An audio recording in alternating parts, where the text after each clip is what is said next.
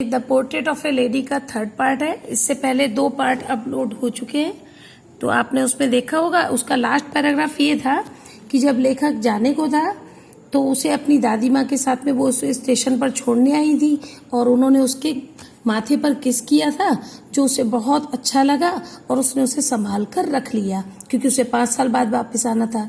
अब इस पैराग्राफ में देखिएगा, but that was not so, क्योंकि लेखक 5 साल के लिए गया था तो उसे लगता था पता नहीं अब आने के बाद क्या होगा। But that was not so, लेखक कहता है लेकिन ऐसा नहीं हुआ, मतलब वो कुछ गलत जो सोच रहा था ऐसा नहीं हुआ। After 5 years I came back home, 5 साल बाद मैं घर वापस आया and was met by her at the station, और मुझे वो स्टेशन पर ही मिली। She didn't look a day older, वो एक दिन भी बूढ़ी नहीं दिखती थी, मतलब वो जैसा उनको छोड़ के गया था वैसे ही था। और लेखक ने पहले भी बताया था कि वो 20 साल से उनको उसी उम्र में ही देख रहा था। She still had no time for words, उनके पास अभी भी शब्दों के लिए कोई समय नहीं था। एंड वाइल शी क्लैप्स मी, फिर भी उन्होंने क्लैप्स माने मुझे भर लिया अपनी बाहों में।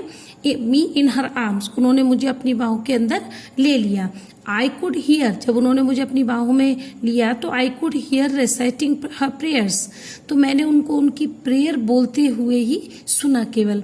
Even on the first day of my arrival, मेरे आने के पहले दिन भी her happiest moments were with her sparrows, उनका जो सबसे प्रसन्न सबसे अच्छा खुशी का जो क्षण थे वो उन्हीं पक्षियों के स्पैरो के साथ थे।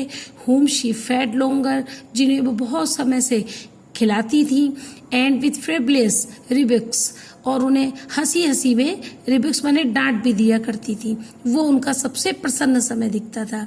The evening a change came over हर, शाम के समय एक परिवर्तन सा हुआ, एक अजीब बदलाव सा आया। शी डिडंट प्रे, उन्होंने प्रार्थना नहीं की। She collected the women of the neighbourhood, उन्होंने आस पड़ोस की औरतों को इकट्ठा किया। गॉट एन ओल्ड ड्रम, एक पुराना ढोल लिया। एंड स्टार्टेड टू सिंग, और गाना शुरू कर दिया। फॉर सेवरल आवर्स, कई घंटों तक। शी थैम्प्ड यानी पीटना बजाना। द सैगिंग स्किन्स, सैगिंग माने ढीली हुई, स्किन माने उसकी खाल, मतलब ढोल पर जो चढ़ा हुआ होता है वो खाल भी ढीली पड़ चुकी थी। ऑफ द डेलिप्टेटेड ड्रम, जो वो पुराना ड्रम था, डेलिप्टेटेड ड्रम यानी पुराने उस ड्रम की लटकी हुई खाल वाले ढोल को ही वो घंटों तक पीटती रही। And saying of the home coming of warriors, और योद्धाओं के घर आने के गीत गाती थी। वी हैड टू परसीडर, हमें उन्हें परस्यूट करना पड़ा, जोर दे के कहना पड़ा टू स्टॉप, कि वो रोक दें। टू अवॉइड ओवर स्ट्रेनिंग, जो वो तेज आवाज में चीख करके गा रही हैं उसको गाने से वो बचे। That was the first time, ये पहली बार था। Since I had known her, जब मैंने उनको जाना था।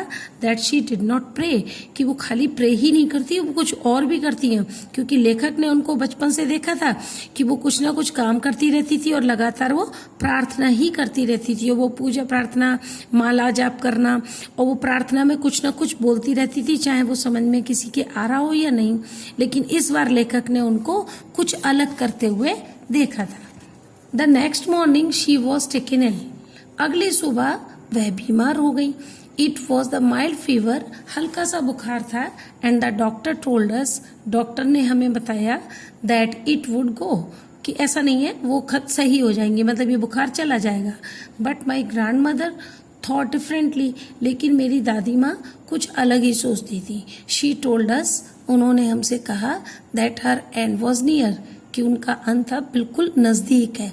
शी सैड, उन्होंने कहा that since only a few hours, क्योंकि केवल कुछ ही घंटे पहले, before the close of the last chapter of her life, उनके जीवन के लास्ट चैप्टर का बिल्कुल करीब आ जाने से कुछ ही घंटे पहले उन्होंने कहा था। She had omitted to pray, यानी उन्होंने ओमिट यानी छोड़ दिया था, यानी प्रार्थना करना, यानी उन्होंने अपने जीवन के उस अंतिम क्षण के खत्म होने से कुछ ही देर पहले कहा था कि वो कुछ देर के लिए अपनी प्रार्थना भूल गई थी, छोड़ दी थी। She was not going to waste any more time talking to us, और वो हमारे साथ बात करके अपने इस टाइम को वेस्ट नहीं करना चाहती थी, ऐसा उन्होंने बताया। वी प्रोटेस्टेड, हमने विरोध भी किया। But she ignored our protests, लेकिन उन्होंने हमारे विरोध को ही इग्नोर कर दिया, उस पर कोई ध्यान ही नहीं दिया। शी ले पीसफुली इन बेड प्रेइंग, वो अपने बिस्तर पर लेटी हुई शांति से प्रार्थना बोलती रही। एंड टेलिंग हर बीड्स, अपनी माला का जाप करती रही। Even before we could suspect, हमारे कुछ भी शक करने से पहले ही हर लिप्स स्टॉप्ड, उनके होठ रुक गए मूविंग, हिलना। And the rosary fell from her lifeless fingers, और उनकी निर्जीव उंगलियों से वो रोजरी यानी वही माला जिससे वो जाप करती थी वो नीचे गिर गई।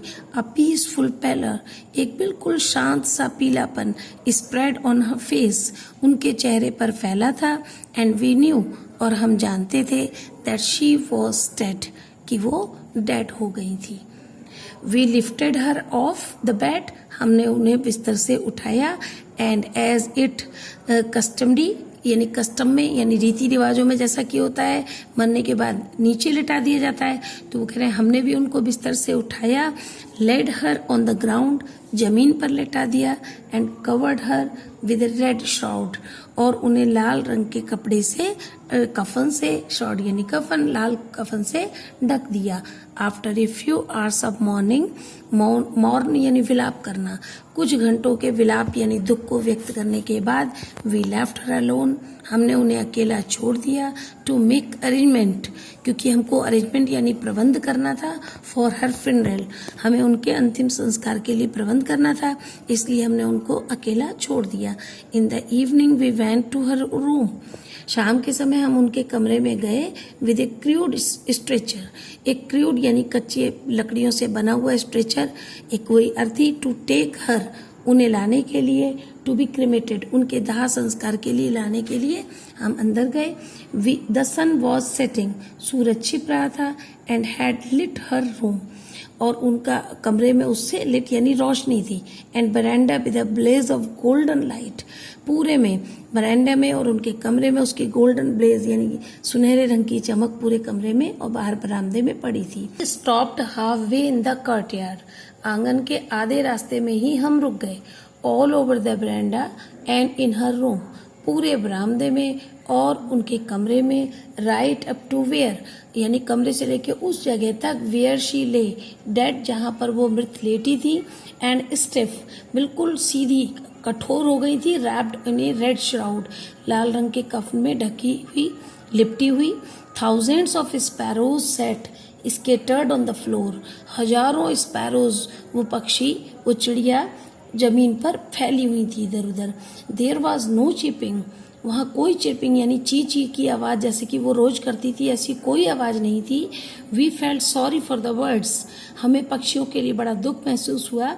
And my mother fetched some bread, और मेरी माँ कुछ रोटी फेच्ड मैंने लाई फॉर देम, उन पक्षियों के लिए। She broke it into little crumbs, उन्होंने उन्हें छोटे छोटे टुकड़ों में तोड़ दिया। द वे, बिल्कुल उसी तरीके से my grandmother used to, जैसे मेरी दादी माँ किया करती थी। And threw it to them, और उनके लिए डाल दिया, फेंक दिया।